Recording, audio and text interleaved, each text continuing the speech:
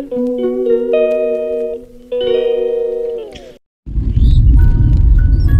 Morning, welcome to my channel smiley খুশি। দেখতেই পাচ্ছ এখন আমরা রাস্তায়। সকালবেলা ঘুম থেকে উঠে অল্প স্বল্প একটু ব্রেকফাস্ট করে নিয়েছি, তারপর বেরিয়ে পড়েছি। কারণ সকালে এখানে কোনো রুটিন ধরা কোনো কাজকর্ম নেই, তো ভাবলাম যাই একটু ঘুরে আসা যাক। তো এটা হচ্ছে, তোমাদেরকে সব থেকে আগে বলে দিই, এটা কান্দি মহকুমা অন্তর্গত, ভরতপুর থানার অন্তর্গত একটা জায়গা। এটা ফাঁকা মাঠের মধ্যে বেশ বড়সড় জায়গা জুড়ে, কয়েক বিঘা জায়গা জুড়ে মন্দিরটা বানানো হয়েছে। এটা হচ্ছে জটাধারী মন্দির। সুন্দর একটা মনোরম পরিবেশ, খুব সুন্দরই জায়গা। চলো তোমাদেরকে দেখাই। সঙ্গে আছে মাধববাবু, আর রয়েছে ওই যে আমাদের রাজবাবু। এটা হচ্ছে আমার ভাইপো, একমাত্র লাডলা দুলারা। দেখতে পাচ্ছ মুখটা যতটা ওর নম্র দেখছো না, অতটা কিন্তু নয়। আর এই যে আমার কন্যাকুমারী, আর ছোটটা এই যে এখানে। এই যে রাস্তার সোজা যেটা যাচ্ছে ওটা পদমুর গ্রাম, আর যেটা এই যে গেটটা শুরু হয়েছে মাঠের মধ্যে দিয়ে যে রাস্তাটা যাচ্ছে, এই দিকেই যেতে হবে মন্দিরে যাওয়ার জন্য। এই রাস্তাটা আগে কাঁচা মাটির রাস্তা ছিল। আমরা যখন ছোট ছিলাম তখন যখনই আসতাম এটা ধুলোতে ভর্তি থাকতো পুরো।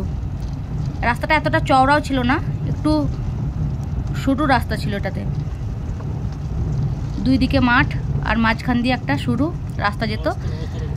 এখন এটাকে একটু পাকা করে দিয়েছে আর রাস্তাটা একটু বড় হয়েছে।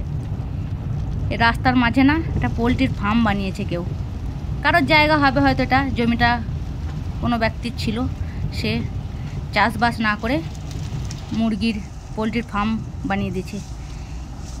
এই যে মন্দির প্রায় আমরা এসেই গেছি। এই যে এই ঘরটা দেখা যাচ্ছে না, এই বিল্ডিংটা, এখানে যখন উৎসব হয় বেশি লোকজন অন্য জায়গা থেকে সাধু সন্তরা আসে, তারা এখানে থাকেন। তাছাড়া তালা দেওয়াই থাকে মনে হয়। আর এই যে মন্দিরের বড় গেটটা, গেটটা কত বড় দেখেছো? এই গেটটা 12 মাস কিন্তু খোলা থাকে না, যখন কোনো উৎসব থাকে তখনই গেটটা খুলে দেওয়া হয়। তাছাড়া এই যে একটা ছোট গেট রয়েছে, প্রতিনিয়ত যে মানুষজন যাওয়া আসা করে তাদের জন্য এই গেটটা খোলা থাকে। এই যে শুরু হয়ে যাচ্ছে দেখেছো, ভিতরটাও কিন্তু একটা রাস্তা বানানোর মতনই করে দিয়েছে। রাস্তা এটা যাতে মানুষজনের যাওয়া আসা করা সুবিধা হবে। দেখেছো এখন পাতা ঝরার সময় তো, সে কারণে প্রচুর পাতাগুলো ঝরে ঝরে পড়ে আছে।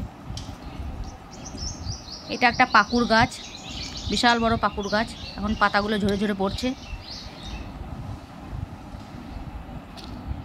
আর ওই দিকটাতে দেখেছো, ওই দিকের যে একটা ছোট্ট জায়গা দেখা যাচ্ছে, ওখানে ভোগের রান্না টান্না করা হয়।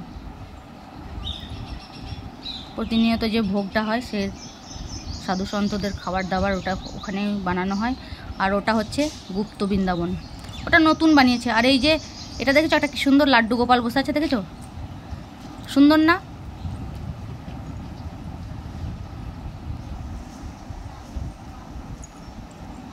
এই গুপ্ত মন্দিরটা না, গুপ্ত বৃন্দাবন, এটা ছিল না, এটা নতুন হয়েছে। আর ভিতরে যে এই বিল্ডিংটা দেখা যাচ্ছে, এখানে যারা যে সাধু মহন্তগুলো থাকে 12 মাস এখানে ওনারা থাকেন। এই যে এই লাড মন্দির প্রাঙ্গণটা দেখা যাচ্ছে, এটা যখন উৎসব হয় তখন হরিনাম সংকীর্তন, বাউল গান, এই সমস্ত কিছু এই জায়গাটাতেই হয়। যখন ফাল্গুন মাসে উৎসব হয়, আগে তো 1 মাস থাকতো মেলা, এখন কমে গেছে। এই যে একটা ছোট্ট মন্দির, প্রথমেই বানানো রয়েছে একটা ছোট্ট মন্দির, প্রচুর বড় এরিয়া নিয়ে বানানো আছে। এই যে ওই ছোট্ট মন্দিরের প্রতিমাটি দেখো।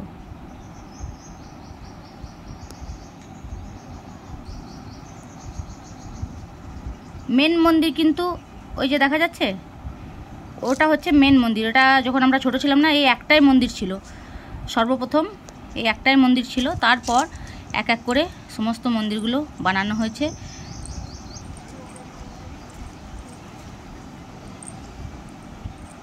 পিউ, প্রীতি, মাধববাবু এরা তো বসে পড়েছে দেখছি।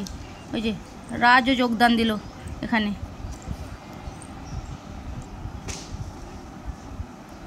এই যে এটা হচ্ছে মেন মন্দির। চলো ভিতরে গিয়ে দেখাই।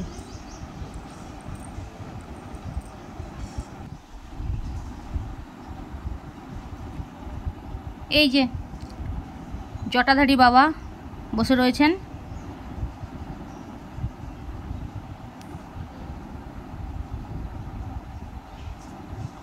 এই মার্বেলের মধ্যে যে লেখাগুলো দেখতে পাচ্ছ, এগুলো কিন্তু যারা যারা এখানে মন্দির বানানোতে সহযোগিতা করেন, মানে আর্থিক দিক দিয়ে, তাদের নামগুলো লেখা হয়। তাদের পরিবারের লোকজনদের এই মার্বেলে এক একটা পার্ট পার্ট করা রয়েছে, এইগুলোতে নিজের নিজের ফ্যামিলি মেম্বারের নামগুলো লেখে। এখানকার এই যে ঝাউ গাছগুলো না আমার খুব ভালো লাগে। এই যে কি লিখে রেখেছে, গাছে হাত দেবেন না, কিন্তু শোনে কি কেউ? আমার তো মনে হয় না। এই যে একটা মন্দির, এখানে প্রচুর মন্দির বানানো রয়েছে। আলাদা আলাদা মন্দিরে আলাদা আলাদা দেবতা বসানো রয়েছে। এই মন্দিরটাতে চলো দেখাই কি রয়েছে। এই যে শ্রী চৈতন্য দেবের নিতাই গৌর হরিনাম করত, ওইটাকেই তুলে ধরা হয়েছে এখানে।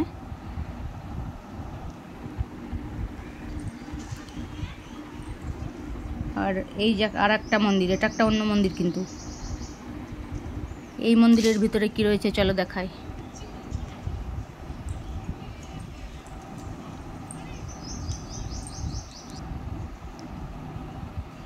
এই যে শ্রীকৃষ্ণের যখন জন্ম হয়েছিল, যখন যমুনা থেকে তুলে নিয়ে আসা হয়েছিল, ওইটা এখানে দর্শানো হয়েছে। পিছনের এই সিনারিটা খুব সুন্দর না? খুব সুন্দর বানিয়েছে, একদম অরিজিনাল মনে হচ্ছে। আর পঞ্চমুখী সাপটা দেখো কি সুন্দর না? আর এখানে গুরু মহারাজজিকে বসানো হয়েছে। এই পিছনের যে সিনারিটা দেখছো, এটা কিন্তু হাতে আঁকা। হ্যাঁ,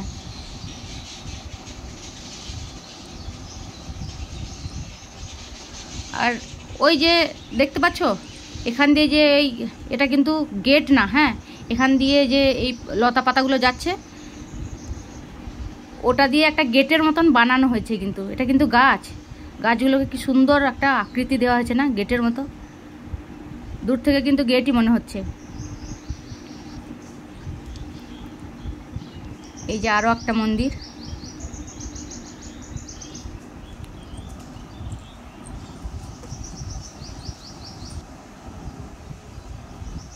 এখানে রয়েছে যে হনুমানজি যখন লক্ষ্মণকে বাঁচানোর জন্য সঞ্জীবনী বটি খুঁজে পাচ্ছিল না, পুরো পর্বত উঠিয়ে নিয়ে এসেছিল, ওই দৃশ্যটাকেই এখানে দর্শানো হয়েছে।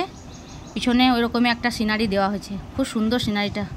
ওই যে আমাদের হনুমানজি পুরো পর্বত তুলে নিয়ে এসেছে, আর শ্রীরাম বসে রয়েছেন।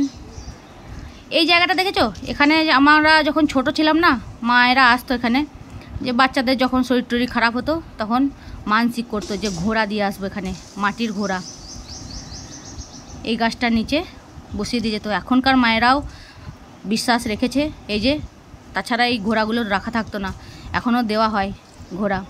মায়েদের মধ্যে বিশ্বাসটা কিন্তু এখনো পর্যন্ত রয়েছে। কত ঘোড়া দেখেছো? কিছু কিছু পাথরেরও ঘোড়া রয়েছে, কালো কালো, বেশিরভাগটাই মাটির। এই যে এখানে আরো একটা মন্দির, চলো দেখা যাক এখানে কি রয়েছে।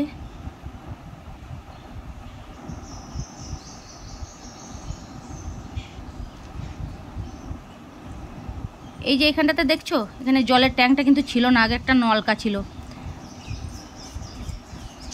এখন এই ট্যাঙ্কটা বসিয়ে দিয়েছে। যারা আসে জল টল খেতে ইচ্ছে হলে খেতে পারে। আর এই পুকুরটা ছোটোবেলায় কত এসেছি, কিন্তু এতটা এখানে পানা থাকতো না। এখন তো পুরো পরিষ্কার থাকতো, কিন্তু আমরা যখন আসতাম তখন পুরো পরিষ্কার একদম জলগুলো থাকতো। আর এখন দেখো পুরো পানাতে ভর্তি।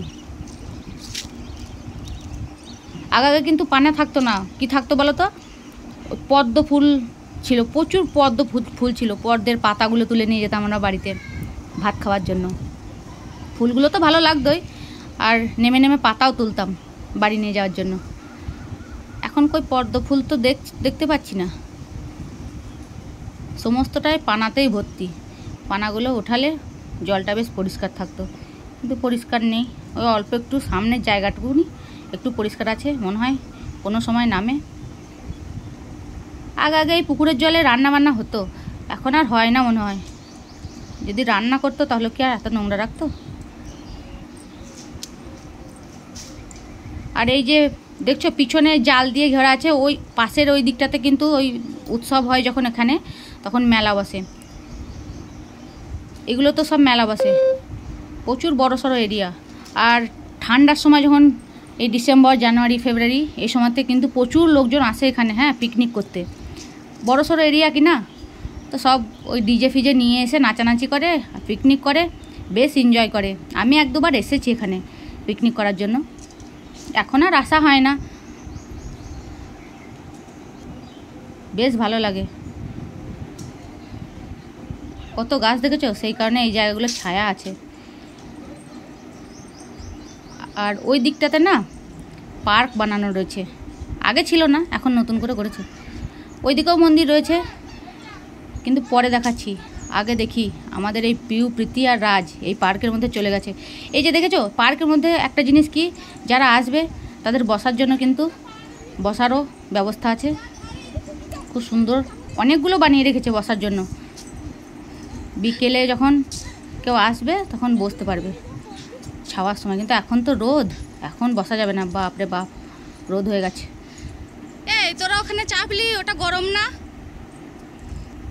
হ্যাঁ, গরম না?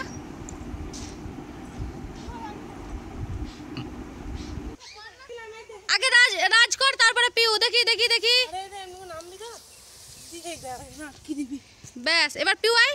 আটকে দিবি, নাহলে দু হাতে করে চিপে দিবি, চিপে ধরবি। নাব নাব। প্রীতি, প্রীতি তুই করবি? আচ্ছা এটা দোলনা নেই, দোলনা ওই তো।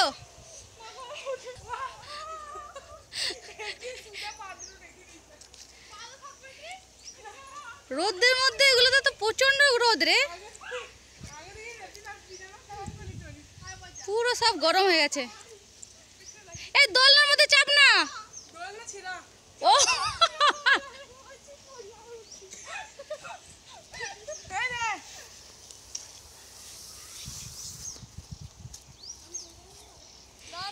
এবার চলে এসেছে আমাদের বিউটি কুইন। চল চল চল, আয় আয় আয়, চলাই চলাই। এখানে পা দিয়ে তুই রাজ ধরবি ওকে, যদি বাই চান্স স্লিপ হয়।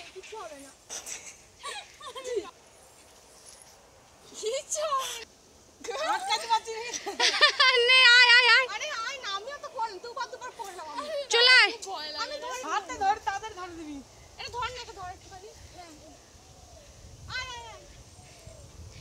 এখানে কি বলতো, বিকেলে ভালো, এই রোদের মধ্যে না প্রচন্ড রোদ।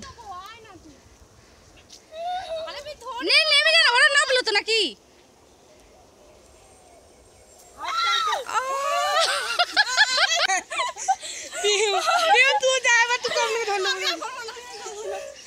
তুই যাবি?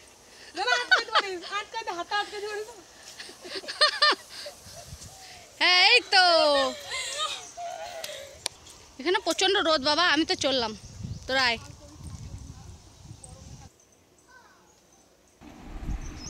এই যে এখানে রয়েছে বিষ্ণু দেবতা আর মা লক্ষ্মী চরণতলে। খুব সুন্দর একটা সিনারি বানিয়েছে এখানে, কি সুন্দর না মূর্তিগুলো। আর ওই যে আর একটা মন্দির, আমার সব থেকে ভালো লাগে এই জায়গাটা। ভালো লাগারই কারণ যে দেখেছো পিছনের সিনারিগুলো তো দুর্দান্ত, মাঝখানে রাধাকৃষ্ণ আর চারিদিকে অষ্টসখী রয়েছে। খুব সুন্দর মূর্তিগুলো, এক একটা মূর্তি দুর্দান্ত। আমার এটা ফেভারিট জায়গা, এতগুলো মন্দির বানানো আছে, সব থেকে আমার এটা সব থেকে প্রিয়। আর এখানে আছে বিবেকানন্দ, শ্রী শ্রী রামকৃষ্ণ আর মা শারদা এই জায়গাটাতে রয়েছে। এই যে বসে পড়েছে।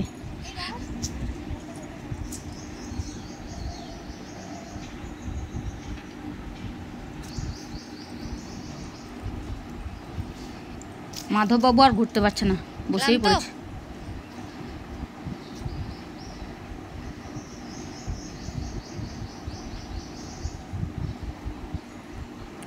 অনেক বড় এরিয়া কিনা, সেই কারণে ক্লান্ত। চলো, মন্দির পরিদর্শন তো হয়ে গেছে, এবারে বাড়ি ফেরার পালা। বাড়ি ফিরতে হবে, কারণ আমরা এসেছি ভুল টাইমে। ভুল টাইম না, আমাদের ঠিকঠাক টাইমে, কিন্তু প্রচণ্ড রোদ কিনা, সেই কারণে। বিকেলে আসলে এই জায়গাটা একটু বেশি ভালো লাগতো, কিন্তু যেহেতু এখন 11টা, আই হোপ 11টা সাড়ে 11টা বেজে গেছে, আর এখন যেহেতু চৈত্র মাস, তো প্রচণ্ড রোদ গরম, এই সময়তে রোদ গরমটা একটু বেশিই থাকে। চলো বাড়ি ফিরি, তোমাদের সাথে আবার দেখা হচ্ছে। Bye bye.